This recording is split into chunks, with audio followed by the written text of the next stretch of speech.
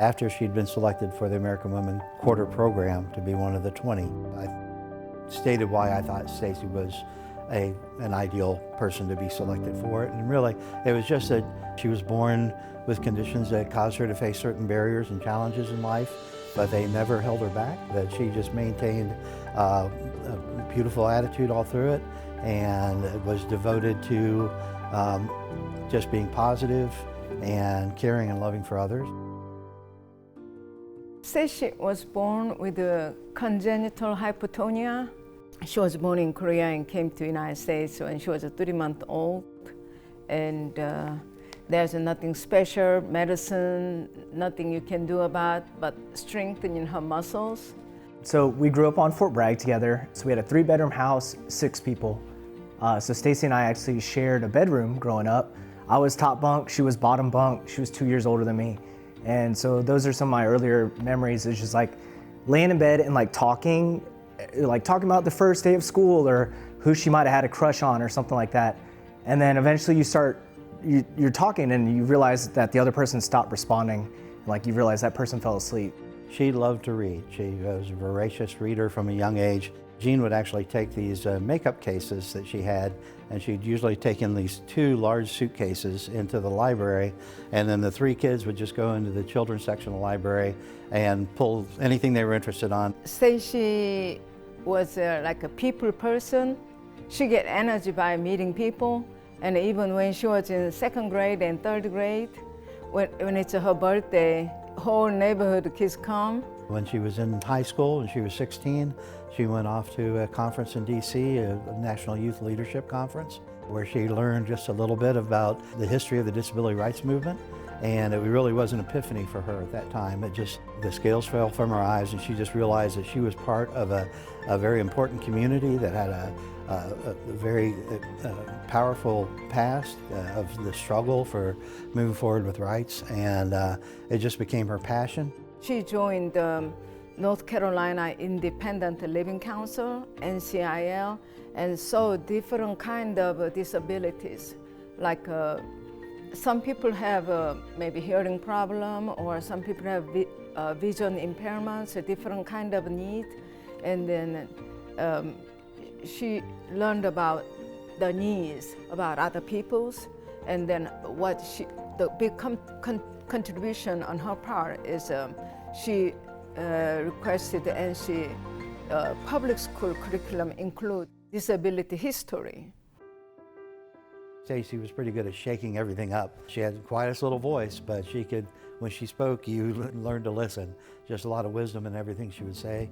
And so she was kind of a firebrand of youth and inclusiveness, of having the youth opinions matter and adding energy to a lot of the organizations that she was involved in. The one thing that people don't know about Stacey, if you never met her, is that her laugh was infectious. It was absolutely infectious. In fact, in Berkeley, there's still there's still an homage at the Center for Independent Living around Stacey's laugh, because even when you're having very difficult conversations around somebody with a disability, including somebody that may have just recently had a disability, or maybe somebody had a really bad accident, that she was involved with helping that person, she always did it with joy. When she told me she's working for accommodation, employees accommodation, I was happy because it's a caring people. And one time, one person was involved in a car accident and couldn't come to work, and then she helped that lady to be able to work at home. Stacey was proud to work at Wells Fargo. She benefited from having her work life aligned to like her personal values and her personal mission. Just prior to her passing, when she was either in the hospital or headed to the hospital for her surgery, she just happened to tell me, she said, "Dad, obviously except for the surgery coming up, I am the happiest I've ever been."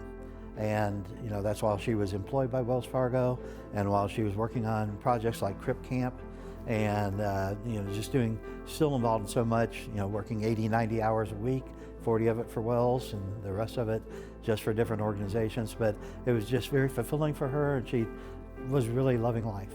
So it's just such an honor to have been a part of having the Wells Fargo People with Disabilities Scholarship renamed in Stacey's name to now become the Wells Fargo Stacey Milbern Scholarship. And quite frankly, it's that when the Google Doodle came out in 2022, after Stacey's death, and other recognitions were being seen, I began to realize, wow, my friend was a pretty big deal. How do we at Wells Fargo recognize that and honor that? Stacey's full shape showing reflected on the American quarter, the coin that we use most. And this is like, really, I totally agree, historic change. And then Wells Fargo honors it and then grabs it. That shows Wells Fargo is like a people bank. Stacey's education was a leveling for her to bring her skills to Wells Fargo. Had she not had those education opportunities, we wouldn't have had the opportunity to work with her. And so this scholarship is a long way of going towards, look, who's the next Stacey? And can Wells Fargo be a part of cultivating their education so that they can contribute and pay it forward just the way that Stacey continues to pay it forward for all of us. All right, well, perhaps Stacey's most famous quote is, I want to leave a legacy of disabled people knowing that we are powerful and beautiful because of who we are, not despite of it. And I think that really sums up, a big part of her was acknowledgement and acceptance. So I think when she's talking about that, every person is valuable, every person is beautiful in her eyes. She was incredibly loving and caring, and I think that's reflected in that famous quote of hers.